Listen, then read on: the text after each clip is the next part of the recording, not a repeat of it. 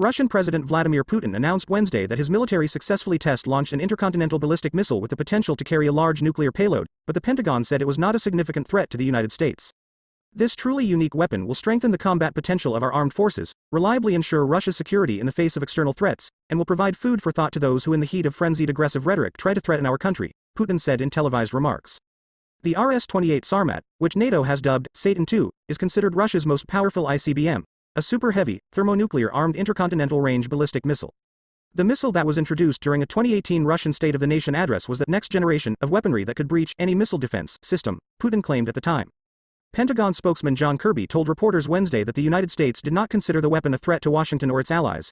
Defense policy and strategy scholars told the Washington Post that although the weapon sounds intimidating, the escalating threats Putin has made since his unprovoked February 24 invasion of Ukraine should be more concerning. The Sarmat was intended to replace the Soviet-designed Voyvoda, which was designed in 1962 with the capability to carry 3 warheads. The Sarmat weighs 200 metric tons, 220 tons, and has a longer range, allowing it to fly over the North or South Poles and strike targets anywhere in the world, Putin said in 2018. He added that the Sarmat carries a larger number of more powerful nuclear warheads. The Pentagon minimized the features of the weapon and said that the American people should rest assured that we are fully prepared. Russia initially planned to finish Sarmat trials in 2021 and begin deploying it to the army soon after, but several test launches, considered late-stage trials in arms development, were postponed until 2022, the state-run TASS news agency reported last year. Sarmat is the most powerful missile with the longest range of destruction of targets in the world, which will significantly increase the combat power of our country's strategic nuclear forces, the Russian Defense Ministry said Wednesday, announcing a successful test launch from the Plesetsk Cosmodrome in the Arkhangelsk region. Putin praised the Sarmat engineers in his speech Wednesday for creating a purely domestic product. Rounds of economic sanctions imposed on Russia over the years, most recently for its invasion of Ukraine, have essentially barred Russia from importing any dual-purpose goods that could help advance its military complex and have left many key industries that rely heavily on imports, such as aviation, vulnerable to production and maintenance disruptions. The United States and Canada this week pledged to send more heavy-duty weapons to Ukraine, and other nations have sent more tools to fight Russia's invasion. Russia has always had a substantial number of ICBMs that could strike the United States and Europe, said John Arith, Senior Policy Director for the Center for Arms Control and Non-Proliferation. Putin's recent threats are more worrisome than the weapon itself, Arith said. We should be very concerned about this practice of making threats as an instrument of Russian policy, that is gaining currency, Arith said. The Kremlin's strategy of escalate to de-escalate has included threats to use nuclear weapons since the early 2000s, according to Matthew Kronig, Deputy Director of the Atlantic Council's Scowcroft Center for Strategy and Security and the Director of its Scowcroft Strategy Initiative. Putin was making nuclear threats in his 2014 invasion of Ukraine, warning other nations about the consequences of interfering, said Kronig, who is also a Georgetown University professor. Every time Biden says he doesn't want escalations with Russia, the strategy is working, Kronig said. Putin is making us cautious and limiting our activities to try to avoid nuclear war. The flip side of that is that he doesn't want a nuclear war either. It's bad for Putin, Russia and the war effort. After Russia's February invasion of Ukraine, the United States postponed and subsequently canceled a planned test of the Minuteman III intercontinental ballistic missile, a decision made to ensure that Russia would not misconstrue such a display of firepower, or use it as justification to escalate the hostilities in Ukraine. Kirby, the Pentagon spokesman, said Russia had notified the United States in keeping with Russia's obligations under New START, an arms control treaty governing such nuclear-capable weapons that expires in early 2026. The United States was not surprised by the test, he added.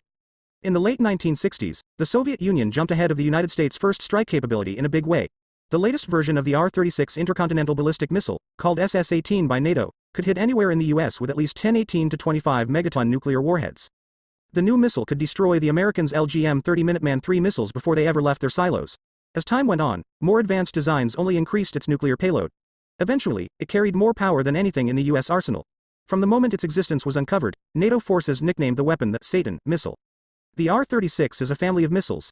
The original, designated SS-9 by NATO, was the USSR's second intercontinental ballistic missile. Its 1966 design allowed it to be shot into space and stay in orbit around the Earth for an indefinite period of time. This development led to Article 4 of the 1967 Outer Space Treaty, which prohibits nuclear missiles and other weapons of mass destruction from remaining in Earth's orbit. Although the Outer Space Treaty's stipulations calmed some of the panic around the R-36 missile, the USSR's second version of the weapon wasn't going to make anyone feel better for long. The first model featured only one 20-megaton warhead. The second version, the R-36M, featured multiple re-entry vehicles, the actual nuclear warheads, which could hit more than one target with one missile launch. By the mid-1970s, multiple independently targetable re-entry vehicles, or MIRV, became the standard for ICBMs. MIRV systems could not only hit multiple targets, but required the defender to fire 3 to 10 defensive missiles in response. On top of overwhelming missile defenses, it provided greater first strike firepower. This was the age of mutually assured destruction, the military doctrine that both sides of a nuclear war would be destroyed in a nuclear exchange. If a nuclear war broke out, both sides would fire all their missiles. MIRV technology allowed for more targets and increased the odds of a first strike effectively wiping out the other side before it could retaliate. The United States first developed MIRV-based missiles with the three-warhead Minuteman III in 1968, but the SS-18, Satan, could carry 8 to 10 more powerful warheads, with the explosive power to destroy American missiles inside protected silos. When the Satan system became fully operational in 1975, the US worried it would no longer survive a Soviet first strike and began working on missiles with more and more warheads. Inside the USSR, Soviet engineers and scientists kept making modifications for future iterations of the Satan, ICBM. By the time the Soviet Union fell, it had gone through 6 different versions, each more powerful than the last. The 6th version of the SS-18 missile would be the most powerful nuclear weapon ever fielded by the Soviet Union. By the time the USSR fell in 1991, Soviet-built SS-18 missiles could strike anywhere in the world. It wasn't until the development of ballistic missile submarines that the United States could reasonably guarantee it would be able to retaliate in the event of a Soviet first strike.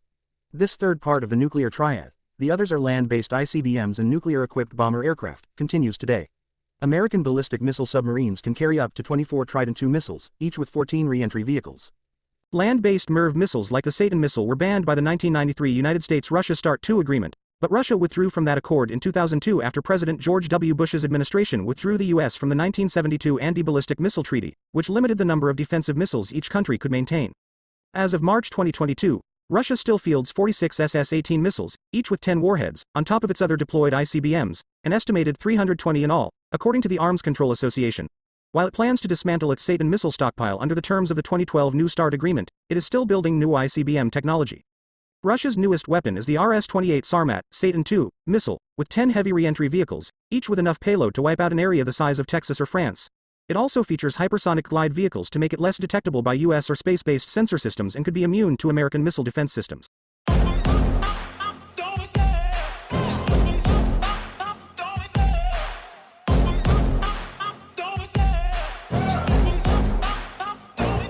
I love the chase and the hunt, and I set the pace when I'm running. I always take what I want and I always give it 100. Don't need a bank, no I'm funded. Play the game like it's nothing. I'm always thankful for something. Don't take for granted, stay humble. Now wake up! It's time to look at the enemy. Look in the mirror if he is no friend to me. It's not working out, maybe it's the chemistry. It's time to break up so I can make a better me. Better believe in your mind, cause it's everything. You can mold, shape, find almost anything. All it takes is some time and some clarity to find your identity. It's mind over everything.